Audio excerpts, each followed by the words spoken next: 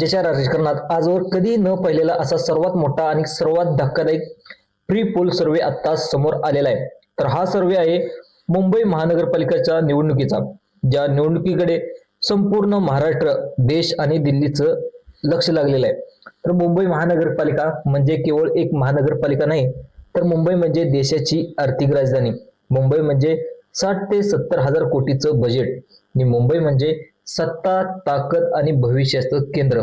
मग प्रश्न पडतो, मुंबई महानगरपालिकेवर सत्ता कोणाची? उद्धव ठाकरे, राज ठाकरे, एकनाथ शिंदे की देवेंद्र फडणवीस? भाजप, शिवसेना, मनसे आणि राष्ट्रवादी? आजच्या या व्हिडिओमध्ये पाहणार आहोत 100% खरा ठरणारा प्री पोल सर्वे.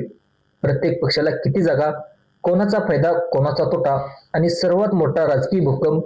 व्हिडिओ शेवटपर्यंत नक्की बघा, कारण आकडे पाहून तुम्हाला देखील धक्का बसेल. आता बघा, मुंबई महानगरपालिका का इतकी महत्वाची आहे ते देखील आपण जाणून घेण्याचा प्रयत्न करूया. मित्रांनो, मुंबई महानगरपालिका ही आशिया खंडातील सर्वात श्रीमंत महानगरपालिका मानली जाते. त्याचं वार्षिक बजेट पाहायला गेलं तर वार्षिक बजेट आहे 60,000 ते 70,000 कोटी. त्यामध्ये पाहायला गेलं तर 227 नगरसेवक, हजारो कंत्राटे, लाखो कर्मचाऱ्याची भरती, रस्ते, ड्रेनेज, आरोग्य, शिक्षण, झोपडपट्टी आणि पुनर्वसन. ज्याच्या हातात मुंबई, त्याच्याच हातात मुंबईचं राजकारण आणि महाराष्ट्राचं देखील राजकारण. म्हणूनच या निवडणुकीत सत्ता बदलली तर राज्याचं भविष्य बदलू शकतं. आता बघा, तुम्हाला वाटत असेल की आम्ही सर्वे कसं घेतला ते देखील आपण जाणून घेण्याचा प्रयत्न करूया. तर आम्ही सर्वे हा मुंबईतील सर्व काही 24 वॉर्ड आहेत, त्या 24 वॉर्डमध्ये देखील आम्ही त्यांच्याकडून माहिती घेतलेली आहे. नंतर ग्राउंड रिपोर्ट आहेत, ग्राउंड रिपोर्ट कडून देखील माहिती घेतलेली आहे. जे काही माजी नगरसेवक आहेत, माजी नगरसेवकाचा आलेख देखील घेतलेला आहे. त्यानंतर जे काही स्थानिक कार्यकर्ते आहेत, पत्रकार आहेत आणि मतदाराच्या प्रतिक्रियेवर त्याचा हा स्थानिक सर्वे आणि या ठिकाणी स्थानिक पोल देखील या ठिकाणी काढण्यात आलेला आहे. तर हा सर्वे निवडणूक जाहीर होण्यापूर्वीच खळबळ माजवत देखील आहे. तर बघा, आता पक्षाने सविस्तर विश्लेषण आपण मांडून करूया. तर सगळ्यात अगोदर पाहायला गेला शरद पवार यांची राष्ट्रवादी, ते म्हणजे एनसीपी. मुंबई ही राष्ट्रवादीची पारंपरिक बालेकिल्ला नाही, पण राजकारणात युतीचं गणित फार महत्वाचं असतं. राज ठाकरे प्लस उद्धव ठाकरे या युतीसोबत शरद पवार उभे राहिल्यामुळे शरद पवारांना देखील मुंबईत फायदा होतोय.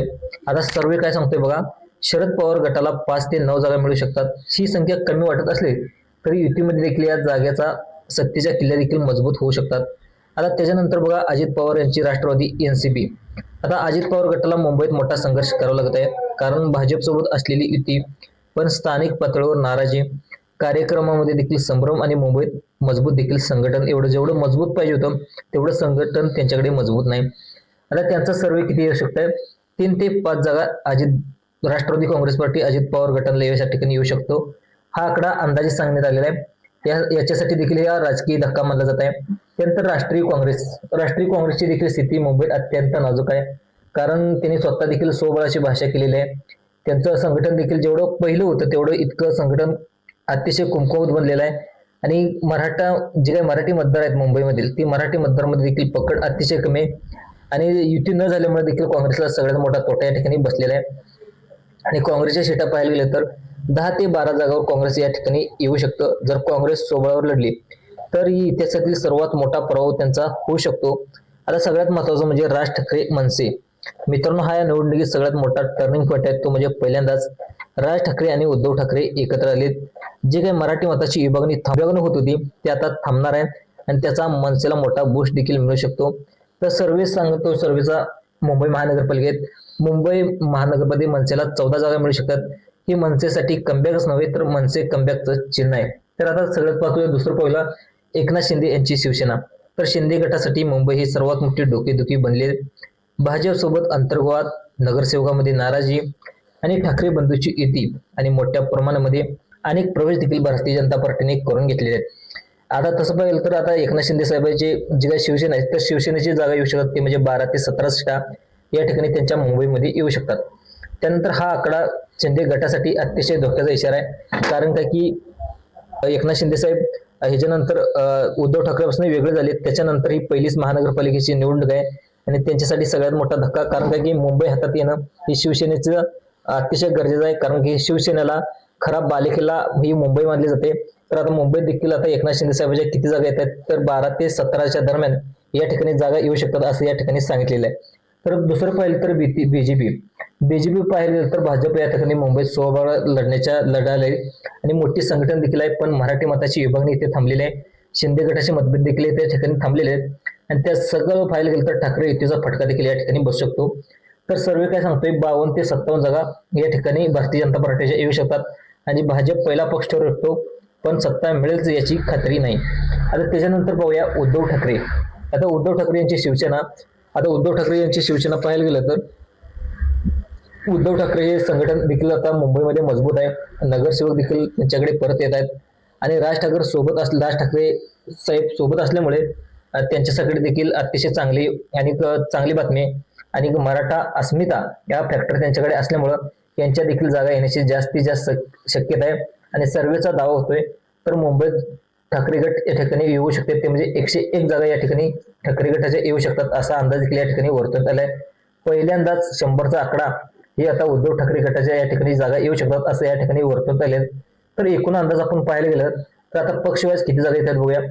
उद्धव ठाकरे गटाच्या 101 जागा येऊ शकतात, भारतीय जनता पार्टीच्या 52 ते 57 जागा येऊ शकतात, मनसे 14, शिंदे गट 12 ते 17, काँग्रेस 10 ते 12 आणि शरद पवार 5 ते 9, अजित पवार 3 ते 5 आणि ठाकरे प्लस मनसे 115 जागा या ठिकाणी मुंबई महानगरपालिकेवर येऊ शकतो. मित्रांनो, अतिशय म्हणजे धक्का देणारा हा निकाल असणार आहे, कारण काय की उद्धव ठाकरे साहेबांची देखील एकनाथ शिंदे बाजूला गेल्यापासून ही पहिलीच निवडणूक आहे आणि त्यांना देखील मुंबईत त्यांचं अस्तित्व दाखवून द्यायचं आहे. त्यामुळं देखील आता जे वातावरण पाहायला गेलं तर उद्धव ठाकरे आणि राजसाहेब ठाकरे यांच्या बाजूनी आपल्याला असल्याचं आपल्याला पाहायला देखील दिसते. त्याच्यानंतर भारतीय जनता पार्टीला देखील त्याच्या पाठोपाठ चांगलं वातावरण आहे, पण एकनाथ शिंदे साहेबांना या ठिकाणी धोक्याची घंटा या ठिकाणी मानावं लागू शकते.